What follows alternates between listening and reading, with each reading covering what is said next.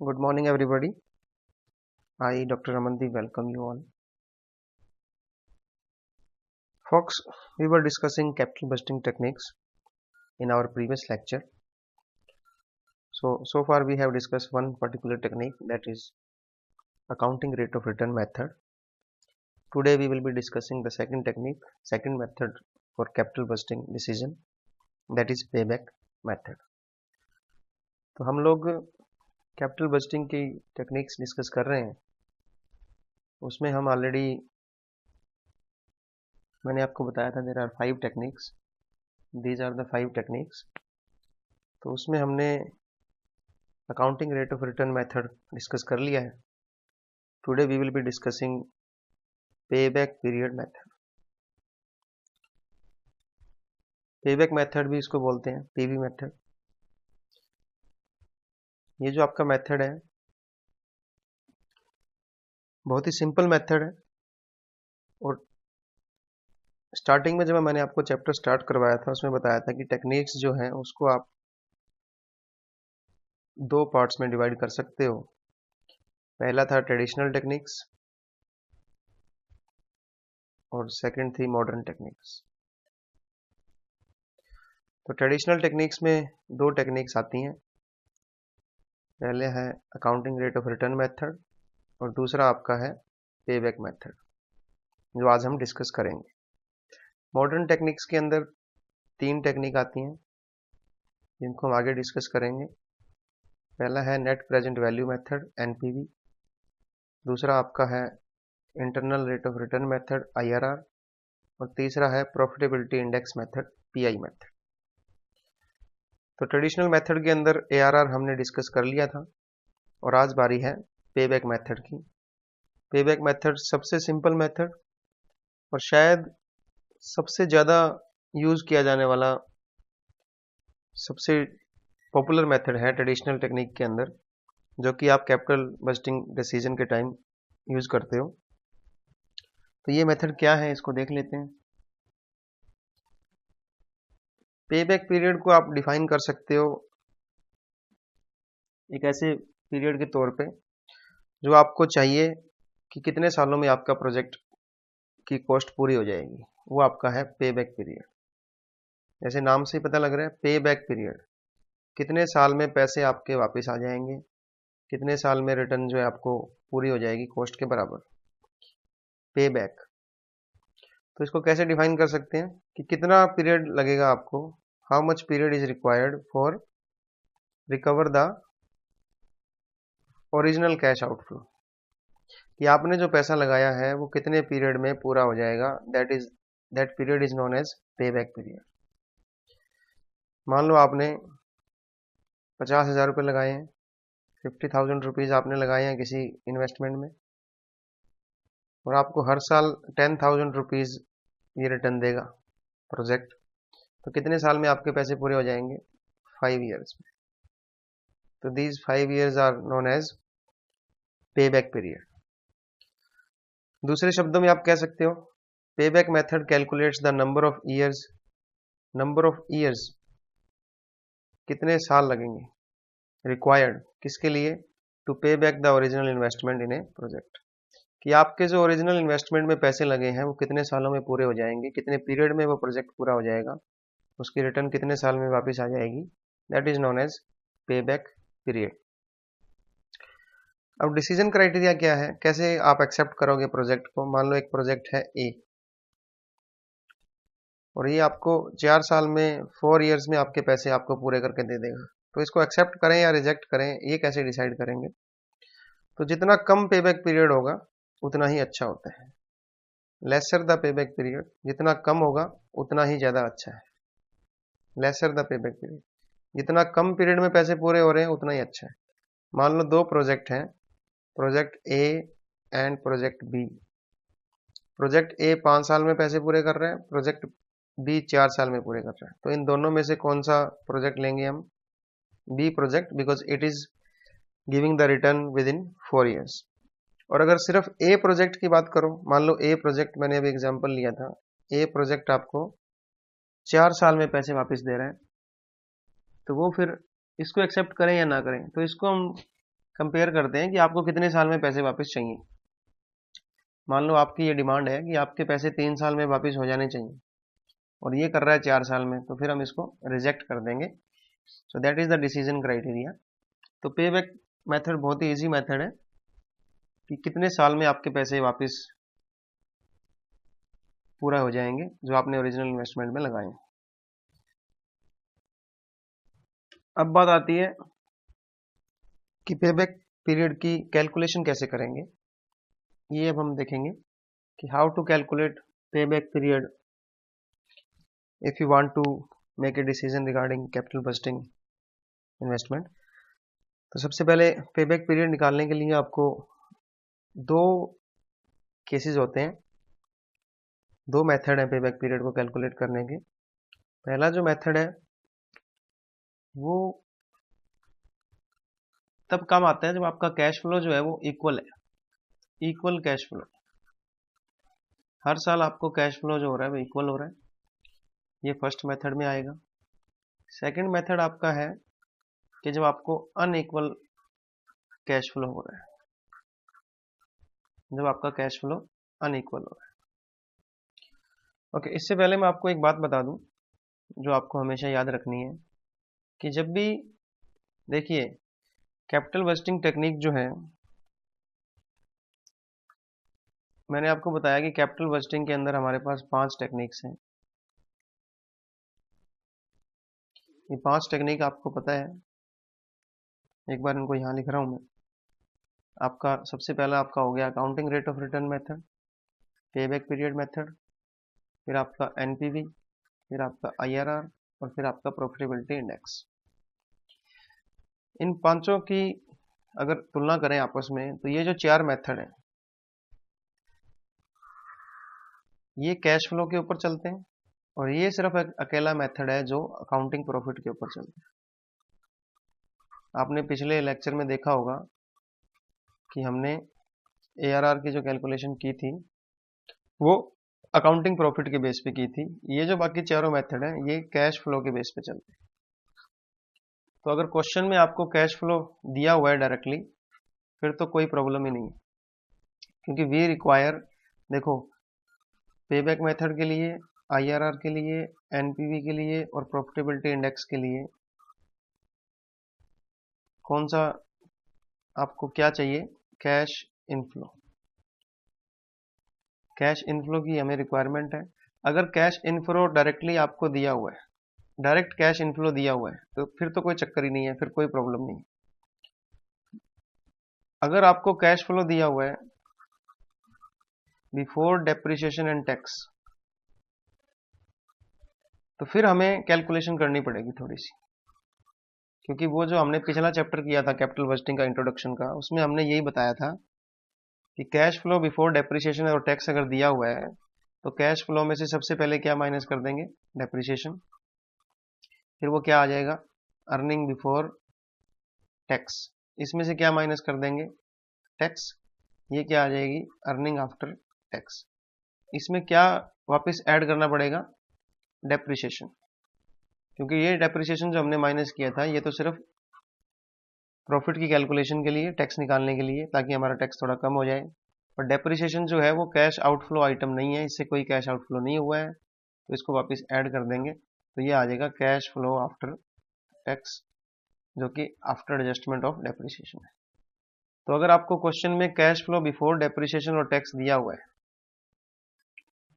फिर तो आपको ये सारी की सारी एडजस्टमेंट करनी पड़ेगी, जो हमने पिछले चैप्टर में सीख रखी है वो आप दोबारा देख सकते हो। और अगर क्वेश्चन में कैश इनफ्लो डायरेक्टली दिया हुआ है फिर कोई दिक्कत नहीं है, फिर आप डायरेक्टली क्वेश्चन को करिए। दोबारा एक चीज आप याद रखना, मैं आपको बता रहा हूं, कैपिटल बजटिंग टेक्निक को हम 2 पार्ट में डिवाइड कर रहे हैं।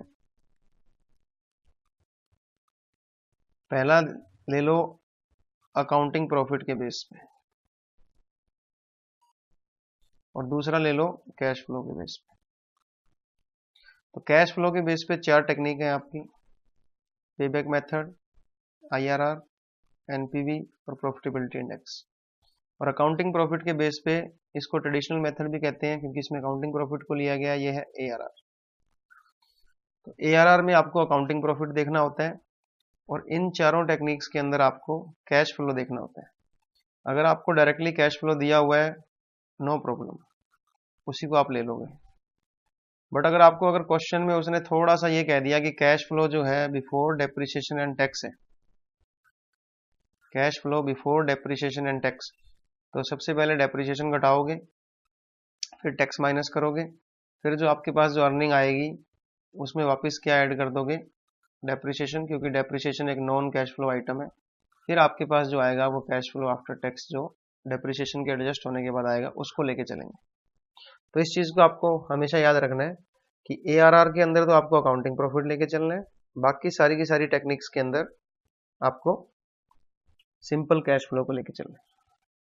तो पेबैक पीरियड के मेथड कर रहे हैं, तो अगर आपको इक्वल कैश फ्लो हो रहा है, एनुअल कैश फ्लो जो आपका है वो इक्वल है, इवन एनुअल कैश फ्लो, हर साल आपको इक्वल, मान लो हर साल आपको 10,000 रुपीज का इनफ्लो हो रहा है, इस केस में क्या करेंगे, ये तो बहुत ही ईजी है कि पेबैक पीरियड क्या हो जाएगा, investment divide by constant annual cash inflow. Starting में आपने कितनी इन्वेस्टमेंट की है, टोटल इन्वेस्टमेंट कितनी की है आपने, divide by annual cash inflow. तो इसका एग्जांपल देखो कि आपने एक मशीन की इन्वेस्टमेंट की है, 1 लाख रुपीज आपने उसमें लगाए हैं, और वो मशीन आपकी 10 साल तक चलेगी। मशीन की लाइफ कितनी है, 10 साल तक, और मशीन हर साल आपको कितना इनफ्लो देगी, 20,000 रुपीज। तो एक मशीन के ऊपर आपने 1 लाख रुपए लगाए हैं, और हर साल आपको 20,000 रुपए इसका इनफ्लो होगा, 10 साल तक ये चलेगी। तो what is the pay back period, कितने साल में आपके पैसे पूरे हो जाएंगे, investment divide by constant annual cash inflow, 20,000 रुपए आपको हर साल मिलेंगे, तो 5 year is the pay back period, 5 साल में आपके पैसे पूरे हो गए। It means that the investment which you have made in the project will be recovered in 5 years. तो this method is quite simple. एक और क्वेश्चन दिया हुआ है, वो क्वेश्चन देख लो। एक प्रोजेक्ट है, उसके ऊपर 5 लाख रुपए आपने कॉस्ट है उसकी, कैश फ्लो आपको मिलेगा 1 lakh rupees each year for next 7 years, calculate पे बैक पीरियड। तो 5 lakh is the investment, 5 lakh is the investment, divide by 1 lakh rupees, तो पे back period will be 5 years. दूसरा मेथड है पे बैक पीरियड का, दूसरा मेथड, दूसरा तरीका, जब आपका कैश फ्लो जो है वो इक्वल नहीं है, अनइक्वल कैश फ्लो। अनइक्वल का क्या मतलब है कि कभी आपको पहले साल में 10,000 रुपीज मिल रहे हैं, दूसरे साल 7,000, तीसरे साल 12,000, तब कैसे कैलकुलेट करेंगे। तो फॉर्मूला क्या है, पे बैक पीरियड निकालने का फार्मूला है कि उतने साल की पहले कैलकुलेशन कर लो जब तक आपके पैसे पूरे नहीं हो जाते, और जितना पैसा रह गया आपका पूरा होए बिना, उसका अनरिकवर्ड अमाउंट निकाल लो, divide by cash inflow during that year. जितने पैसे आपके, मान लो आपने 1 लाख रुपए लगाए हैं, तो इन्वेस्टमेंट होगी आपकी 1 लाख रुपए। मैं आपको इसको, बहुत ही इजी फार्मूला है, दोबारा देखते हैं। आपने कितने की इन्वेस्टमेंट की है, 1 लाख रुपए, और आपको कितना पैसा कैसे कैसे वापस मिल रहा है, ये 5 सालों तक। पहले साल आपको 20,000, दूसरे साल आपको 40,000, तीसरे साल आपको फिर 20,000, फिर आपको 40,000, और फिर 30,000।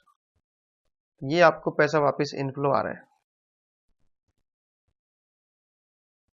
अब कितने साल में आपके पैसे पूरे हो जाएंगे, तो अगर आप देखोगे तो 20 प्लस 40 60, प्लस 20 80, और प्लस 40 1 20, तो ये आपके 4 सालों के अंदर हो रहे हैं। बट आपके जो 80,000 रुपीज हैं वो तो 3 साल में पूरे हो रहे हैं, और बाकी जो 20,000 रुपये बच गया है वो चौथे साल में पूरा हो रहा है। तो अब इसमें ये फार्मूला लग जाएगा कि आपका पेबैक पीरियड कैसे निकलेगा, ईयर बिफोर फुल रिकवरी। पूरे पैसे पूरे होने से, पैसे पूरे होने से पहले वाले साल को पूरे साल ले लेंगे। अब 3 साल में आपके 80,000 पूरे हो रहे हैं, तो ये 3 तो यहाँ आ जाएगा, 3 साल यहाँ आ जाएगा, प्लस अनरिकवर्ड अमाउंट। कितना अमाउंट रह गया कवर होने से? 80 तो पूरे हो गए थे, 20 रह गए। और cash inflow during that year, चौथे साल में कितना कैश इनफ्लो हो रहा है? 40,000 रुपये, ये रहा 40,000। तो ये कितना हो जाएगा? हाफ।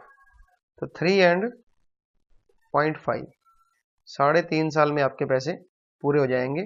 जिस साल में आपका, जितने साल में आपके उस फुल रिकवरी से पहले वाले साल को पूरा लेना है, जितना अमाउंट बच गया है उसको आगे ले लेना और उसको डिवाइड कर देना जिस साल में जितना अमाउंट आपको मिला है। इसका एक और एग्जांपल देखते हैं। एग्जांपल देखो कि आपने 50,000 रुपीज लगा करके एक इन्वेस्टमेंट स्टार्ट की है। इनफ्लो आपको कैसे हो रहे हैं? फर्स्ट ईयर में आपको 15,000 रुपये, सेकेंड ईयर में 20,000 रुपये, थर्ड ईयर में 30,000 रुपये, फोर्थ ईयर में 10,000। ये आपको इनफ्लो हो रहा है। अब ये पैसे पूरे कितने सालों में हो जाएंगे ये देखते हैं। अब देखो 15 प्लस 20 35, 35 प्लस 30 65,000 रुपीज।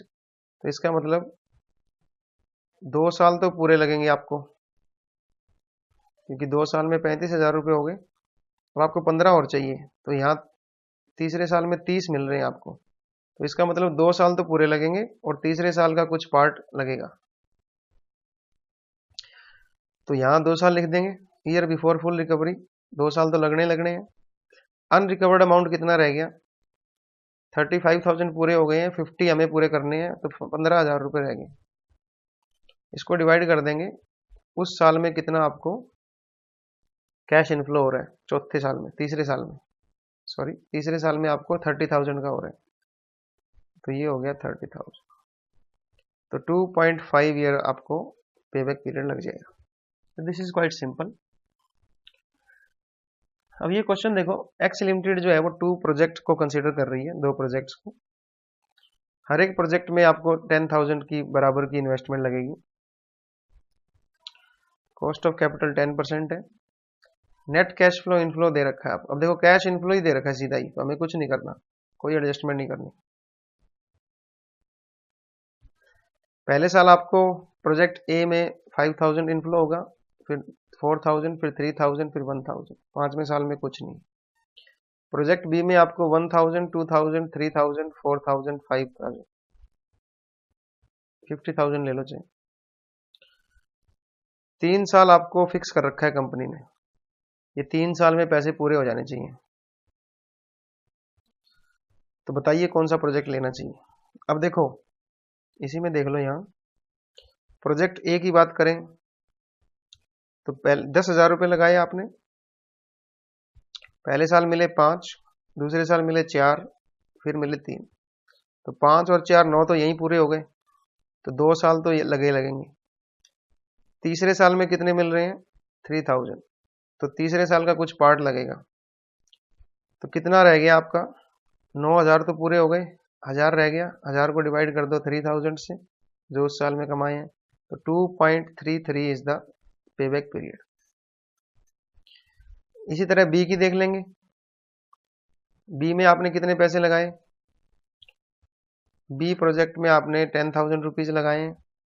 पैसे कैसे पूरे हो रहे हैं? 1,000 प्लस 2,000 प्लस 3,000 प्लस 4,000, 4 3 7 2 9 और 1 10,000 पूरे हो गए।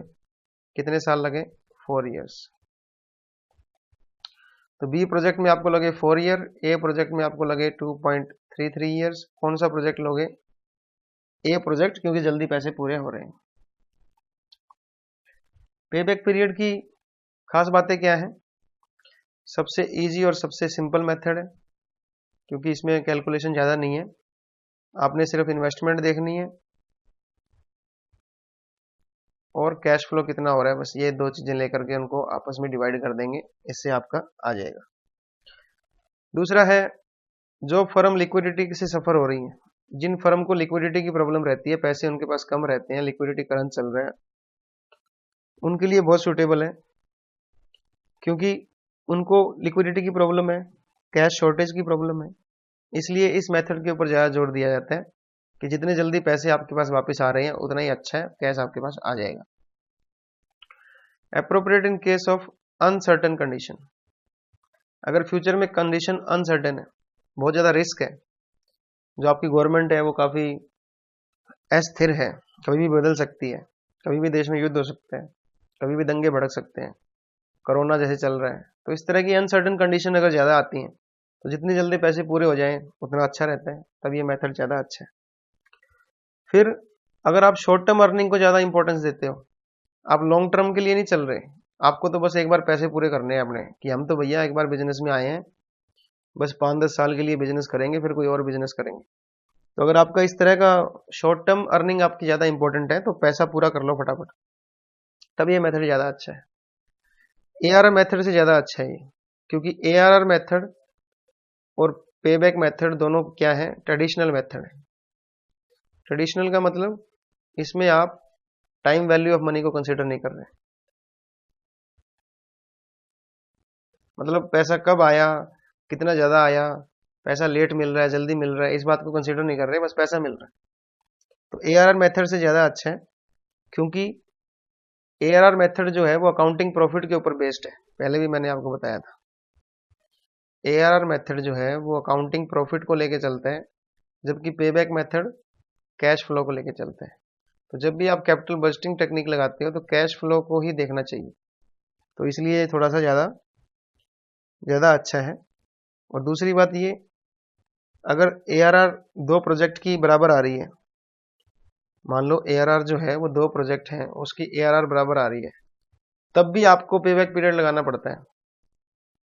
मान लो दो प्रोजेक्ट की ARR निकाल ली आपने, एक की आ रही है 20%, दूसरे की भी आ रही है 20%, तो कौन सा लें?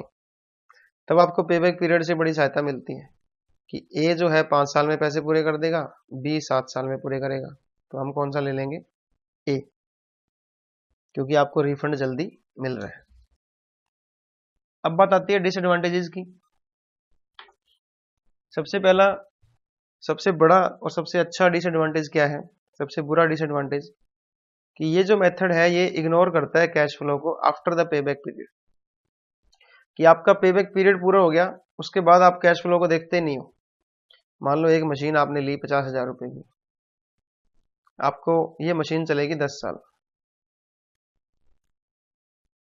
और आपको इनफ्लो दे रही है पहले साल 20,000 रुपये, दूसरे साल 30,000 रुपये, फिर 40,000 रुपये, फिर 25,000 रुपये, फिर 10,000 रुपये, तो यूं यूं करके 10 साल तक आपको इनफ्लो देगी। बस इस मेथड में आप क्या देखते हो कि हमारे पैसे कितने साल में पूरे हो रहे हैं, तो हमारे पैसे तो 2 साल में पूरे हो रहे हैं, तो आप क्या कहोगे, बस हमारा काम पूरा हो गया। तो आप ये नीचे वाले कैश फ्लो को देख ही नहीं रहे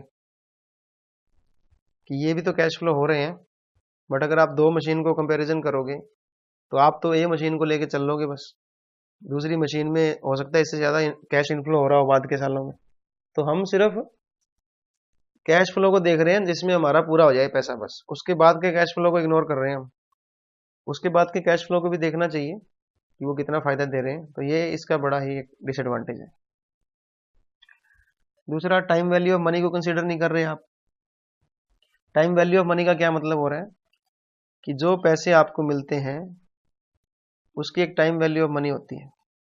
एक तो पैसा आपको 100 रुपये आज मिल रहे हैं टुडे, और एक 100 रुपये आपको 1 साल बाद मिल रहे हैं आफ्टर 1 ईयर, तो आप कौन सा लोगे? आपको पैसे आज चाहिए। क्यों? क्योंकि इसमें इंटरेस्ट जुड़ा होता है, इसमें इंटरेस्ट का सवाल है ना। ये 100 रुपये आज आप बैंक में डाल दोगे आपको इंटरेस्ट मिलेगा, अनसर्टेनिटी नहीं है। बट इस मेथड के अंदर हम टाइम वैल्यू ऑफ मनी को नहीं देखते, हम तो ये देखते हैं कि बस कैश फ्लो होना चाहिए। एग्जाम्पल देखो, दो प्रोजेक्ट है आपके पास, प्रोजेक्ट एक्स और वाई, दोनों ही प्रोजेक्ट में आपको 60,000 रुपये लग रहे हैं, तो इन्वेस्टमेंट कितने की होगी? 60,000 की। 3 साल तक आपको कैश इनफ्लो हो रहा है दोनों मशीनों में। तो एक्स मशीन जो है वो आपको पहले साल में 5,000 रुपये देगी, फिर आपको 10,000 देगी, फिर आपको 45,000 देगी। तो ये आपके 60,000 रुपये पूरे हो गए 3 साल में, तो पे बैक पीरियड कितना आ गया? 3 ईयर्स। इधर वाई मशीन आपको 45,000 रुपये देगी पहले साल में, दूसरे साल में 10,000 और यहाँ 5,000। तो ये उल्टा हो गया है इसका कि ये मशीन पहले साल में अगर 5,000 रुपये दे रही है तो ये वाली मशीन कितनी दे रही है? 45। तो इसका भी पे बैक पीरियड कितना आएगा? 3 ईयर्स। तो आप कहोगे सर एक्स ले लो चाहे वाई ले लो कोई फर्क नहीं पड़ रहा। इसका मतलब आपने किसको कंसिडर नहीं किया? टाइम वैल्यू ऑफ मनी को। तो टाइम वैल्यू ऑफ मनी को अगर कंसिडर करो तो वाई प्रोजेक्ट ज्यादा अच्छा है। क्यों? क्योंकि वाई प्रोजेक्ट में सबसे पहले साल में आपको 45,000 रुपये मिल रहे हैं। ये पैसे आपको आप बैंक में जमा करवा सकते हो, आपको रिटर्न आ रही है, उससे आप अपने क्रेडिटर्स को पे कर सकते हो, आपको बहुत आसानी होगी। और ये प्रोजेक्ट आपको तीसरे साल में 45,000 रुपये दे रहे हैं। तो इसलिए टाइम वैल्यू ऑफ मनी को इसमें कंसिडर नहीं कर रहे, सिर्फ कैश इनफ्लो के ऊपर जोर है। ये नहीं देख रहे कि पैसे कितने आ रहे हैं, कब आ रहे हैं। तीसरा point, it does not give the accept reject decision in the case of single project. तो आपको एक्सेप्ट रिजेक्ट डिसीजन लेना होता है कि एक्सेप्ट करें या रिजेक्ट करें। मान लो पे बैक पीरियड में आपने एक मशीन का पे बैक पीरियड निकाल लिया, वो आ गया 4 साल। मैंने आपको एग्जांपल दे रहा हूं कि एक्स मशीन लिया आपने, उसका पे बैक पीरियड 4 साल आया है। अब इसको एक्सेप्ट करें या रिजेक्ट करें, तो इसका कोई आंसर नहीं है कि प्रोजेक्ट को एक्सेप्ट, क्योंकि पे बैक पीरियड आ गया, ठीक है आ गया, इसके आगे इसको कंपेयर भी तो करोगे ना किसी के साथ। तो मिनिमम पे बैक पीरियड डिसाइड करना बहुत डिफिकल्ट होता है कि कितने साल में पैसे पूरे हो जाने चाहिए। आपने कह दिया सर 3 सालों में पैसे पूरे हो जाने चाहिए, तो ये 3 साल कैसे निकाला आपने? पैसे तो आपको हो सकता है 10 साल के लिए मिले हों। एक बैंक से आपने लोन लिया 1 लाख रुपए का मशीन खरीदने के लिए, लोन लिया आपने 20 साल के लिए। तब कैसे डिसाइड करोगे कि पे बैक पीरियड क्या होना चाहिए?